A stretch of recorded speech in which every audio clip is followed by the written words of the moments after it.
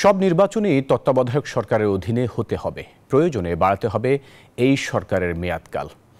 দাবি স্থানীয় সরকারের জনপ্রতিনিধিদের সংগঠন বাংলাদেশ ইউনিয়ন পরিষদ অ্যাসোসিয়েশনের। নির্বাচন ব্যবস্থা সংস্কার কমিশনের সঙ্গে বৈঠকে বিভিন্ন সুপারিশ তুলে ধরেছে সংগঠনটি। নেতারা বলেন, মাঠ পর্যায়ের ভোটে আর যেন এমপি বা প্রশাসন প্রভাব খাটাতে না পারে।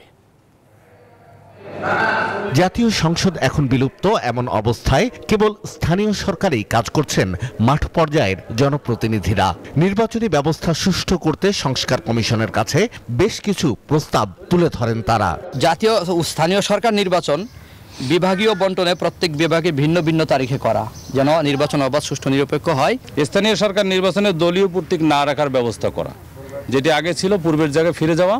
কমিশনের প্রধান বদিউল আলম মজুমদার জানান, সঠিক প্যাড আর সঠিক তথ্য দিয়ে ইস্যু সামলে নিব এক হয়ে।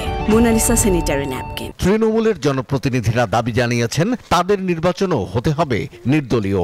অনেকেই বলেছেন যে স্থানীয় সরকার নির্বাচনটা বর্তমানে যে অন্তর্বর্তীকালীন সরকার আছে তার অধীনে হওয়া উচিত, এবং অনেকেই প্রথমেই স্থানীয় সরকার নির্বাচন, তারপরে জাতীয় নির্বাচনের কথা বলেছেন।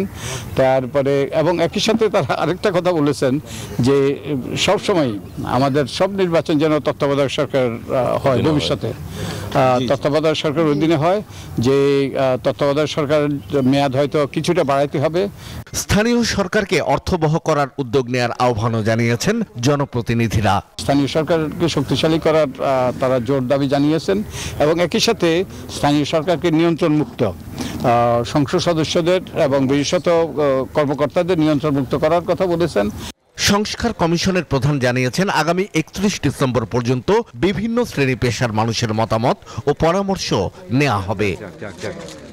শাহ আলী জয়, নিউজ 24, ঢাকা।